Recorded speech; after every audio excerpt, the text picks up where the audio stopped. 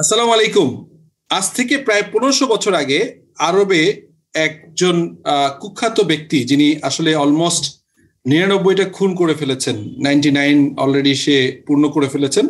তো একজন আলেমের কাছে উনি গেলেন যে আমি তো 99টা খুন করে ফেলেছি, সো আমি কি মহান আল্লাহ তাআলার কাছে ক্ষমা পেতে পারি কিনা, আমার এটা কি রেমেডি হতে পারে, আমি কিভাবে এখান থেকে বাঁচতে পারি। তো তখন সেই আলেম বললেন যে দেয়ার ইজ নো ওয়ে, যেহেতু অলরেডি আপনি 99টা খুন করে ফেলেছেন, সো এখান থেকে বের হয়ে আসার আসলে খুব বেশি সুযোগ নাই।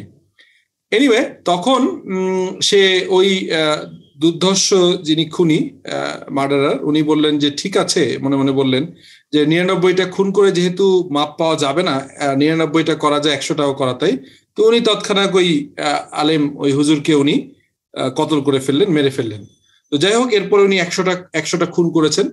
সো মানব সভ্যতার সর্বশ্রেষ্ঠ মানব, সর্বশ্রেষ্ঠ leader, the greatest leader ever in the human history, রাসূল মুহাম্মদ সাল্লাল্লাহু আলাইহি ওয়াসাল্লামের কাছে ওই কুখ্যাত খুনি উনি চলে গেছেন, যিনি রিসেন্টলি আরো একটা খুন করে 100তম খুনের করেছেন। তো উনি যে কিভাবে রাসূল সাল্লাল্লাহু আলাইহি ওয়াসাল্লামকে জিজ্ঞেস করলেন যে আমি তো অলরেডি 100টা খুন করেছি, সো আমি কি আল্লাহ তাআলার কাছে মাপ পেতে পারেন কিনা। তো রাসূল সাল্লাল্লাহু আলাইহি ওয়াসাল্লাম, আপনি জানেন যে ওনার উইজডম, ওনার নলেজ, আল্লাহ তাআলা ওনাকে স্পেশালি লিডারশিপ কোয়ালিটি দিয়ে তৈরি করে পাঠিয়েছেন। উনি বললেন যে হ্যাঁ, অবশ্যই তুমি মাপ পেতে পারো, কারণ আল্লাহ তাআলার ক্ষমা অনেক বেশি, তোমার পাপের থেকে ওনার ক্ষমা করার যে ক্ষমতা, এটা অনেক অনেক বেশি। তবে একটা প্রবলেম হয়েছে, তুমি যে এলাকায় আছো এটিতে আসলে রাসূল সাল্লাল্লাহু আলাইহি ওয়াসাল্লামের জন্মের পরে, স্পেশাল উনি যখন নবুয়ত প্রাপ্তি হন তার আগ পর্যন্ত কিন্তু এটি খুব আইমে জাহেলিয়া বলা হতো, খুব ভয়ঙ্কর একটা যুগ ছিল।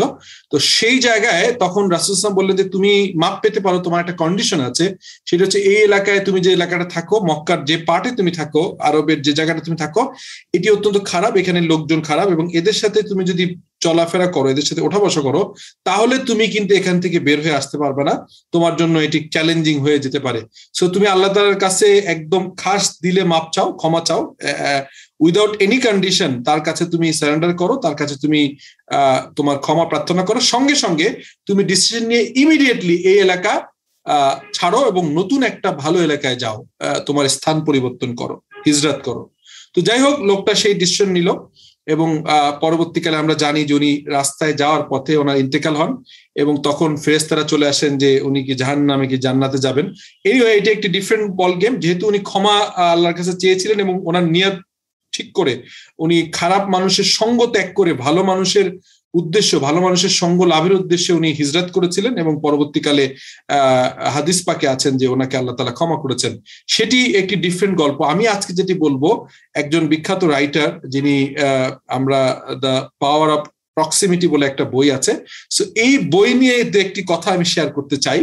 তো সেটি করতে গেলে ইফ ইউ অ্যালাউ মি, আমি একটি ছোট্ট স্ক্রিন শেয়ারে যাই, তাহলে আই হোপ যে এটা আপনাদের জন্য বুঝতে সুবিধা হবে। সো আমি যেমনটি বলছিলাম, রাসূল সাল্লাল্লাহু আলাইহি ওয়াসাল্লামের যে লিডারশিপ, এটি আসলে সর্বকালের সর্বশ্রেষ্ঠ মানুষ, যিনি, যাকে সৃষ্টি না করলে পৃথিবী সৃষ্টি হতো না, উনি তো আসলে, ওনার সম্পর্কে আর বলার কিছু নাই। সো এখনকার মডার্ন সভ্যতা কিন্তু এই বিষয়গুলো নতুন করে রিইনভেন্ট করছে, এবং পবিত্র কোরআন পাকের যে জিনিসগুলো আজ থেকে 1450-1500 বছর আগে ছিল, সেই জিনিসগুলো নতুন নতুন করে আবিষ্কার করছেন। তো সেই দ্য পাওয়ার অফ প্রক্সিমিটি, এখানে আমি একটি লাইন অ্যাড করেছি, how can you choose your peers, আপনি কার সাথে মিশবেন, কেন মিলবেন, কেন মিলবেন না, কে আপনার ফ্রেন্ড হবে। So that is very important. So এখানে আমি একজন বিখ্যাত রাইটার, উনি একজন লেডি, উনি মিশেল ফেরিগনো ওয়ারেন, আপনি নামটা দেখতে পাচ্ছেন, দ্য পাওয়ার অফ প্রক্সিমিটি, এই বইটা উনি লিখেছেন। সো এই বইটি অনেক বিখ্যাত হয়েছে, বাট তার থেকেও আমরা আরেকটা ইন্টারেস্টিং জিনিস দেখি, সেটি হচ্ছে টনি রবিন্সের নাম। আপনারা যারা বিভিন্ন লিডারশিপ ট্রেনিং এ গিয়েছেন, Tony Robbins is one of the best motivational speaker and trainer in contemporary time.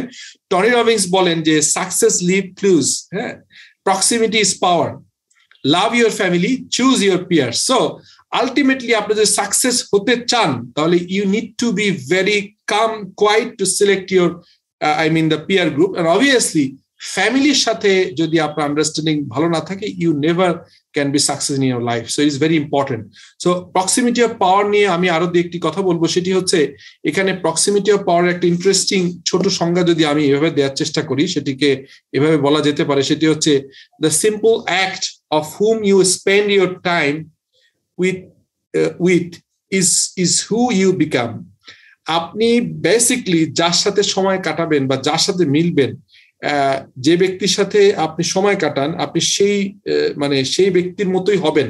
অথবা এভাবে যদি বলি, যে ব্যক্তির সাথে আপনি সময় কাটাতে চান, কেন কাটাবেন? বিকজ ওই ব্যক্তির মতো আপনি হতে চান। That is important. ইনফ্যাক্ট এটি আবার আরো একটা জায়গায় আমি শুনছিলাম, সম্ভবত এজাজ ভাই আমার খুব ক্লোজ একজন, উনি বলছিলেন কোন একটা জায়গায়, আমি ওনার কাছ থেকে শুনছিলাম যে ধরেন আপনি 5 জন লোকের সাথে, 5 জন ব্যক্তির সাথে মিশেন, আপনি তাদের সাথে ওঠা বসা করেন, you are the average of this 5। So it is very important. So আমি এই জিনিসটাকে এভাবে দেখি। আমি জাস্ট আপনাদেরকে যেটা বলতে চাই, আমার বিং এ প্রফেশনাল অ্যাকাউন্টেন্ট, আপনি এভাবে বলতে পারেন যে surrounded yourself with people who have already achieve your goal. আপনি যেখানে যেতে চান, আপনি তাদের সাথে, if you are a professional accountant, আপনি আদিব খানের মতো হতে চান, সো স্যারের সঙ্গে আপনি দেখা করেন। If you want to be a Arif Khan, once again আপনি আরিফ ভাইয়ের সাথে ফলো করেন, তাকে আপনাকে পিয়ার গ্রুপ সিলেক্ট করেন। আপনি মাহতাব ভাই হতে চান, মাহতাব ভাইয়ের মতো হন। আপনি দেলোয়ার হোসেন হতে চান, তাহলে তার মতো করে ফলো করেন। So it is like that, surround yourself with the people who have already achieve your goal, and most importantly people who are admire and people who are playing the game at a higher level than you. আপনি এমন লোককে select করেন যাদের সাথে আপনি আপনার friendship করবেন, যার সাথে আপনার পিয়ার গ্রুপ সিলেক্ট করবেন, যিনি আপনার থেকে আপনার গেমে একটু হায়ার লেভেলে খেলছেন। So it's very very important for you. আপনি যদি আজকের ইয়াং ক্রিকেটার হন, তাহলে Shakib Al Hasan should be your peer group. Shakib Al হাসানের সাথে কিভাবে তার একটা টিপস নেবেন। আমরা দেখি বাংলাদেশ সহ সারা পৃথিবীর অনেক ইয়াং ক্রিকেটাররা ইন্টারন্যাশনাল স্টেজে খেলতে গেলে, তখন একসময় Sachin Tendulkar, Brian Lara, Saeed Anwar, even এখন সাকিবের কাছে অনেকে টিপস নিতে চায়, বিশ্বের বিভিন্ন প্রান্তের ক্রিকেটাররা। এটি হচ্ছে যে is very very important.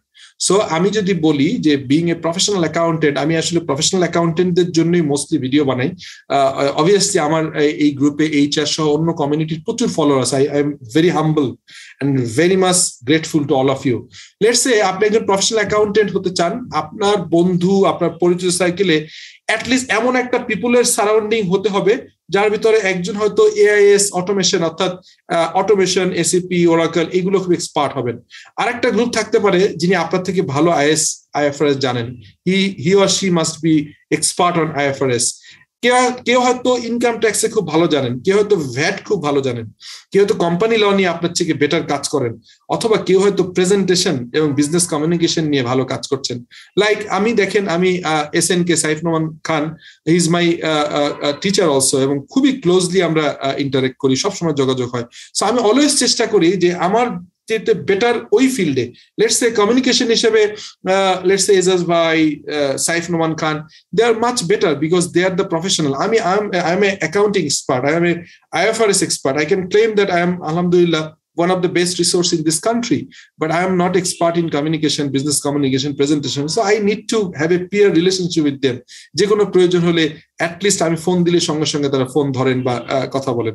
So that sort of relationship আপনার peer group mix করতে হবে। আপনি if you want to be a good CFO, head of finance, or you need to be an accomplished finance professional, you need to mix up this sort of, I mean, people who have superior মাস্টারি আছে এই topics এর উপরে। আমরা জানি যে কোনো topics এর উপর কেউ যদি 10,000 ঘন্টা টাইম এক্সপেন্ড করেন, he or she must be an expert or a master of this subject matter. So thank you being with me once again, and I am inviting you for my upcoming videos and all of that. আপনি recently জেনেছেন আমার 10,000 subscriber touch করেছে এবং এটি cross করেছে। It is the achievement of you, not me, because আপনাদের ছাড়া আমি আসলে কোনোভাবেই কোনো কিছুই না। সো যখন শুরু করেছিলাম, যেমনটি আমি ফেসবুক পোস্টে লিখেছিলাম যে আমার কোনো এক্সপেকটেশন ছিল না কত নাম্বার হবে, but fact is that you give me the the achievement, that is your achievement, এবং এটি আমার এনকারেজ করে to make videos, to take classes for you. Thank you for being with me once again. আসসালামু আলাইকুম।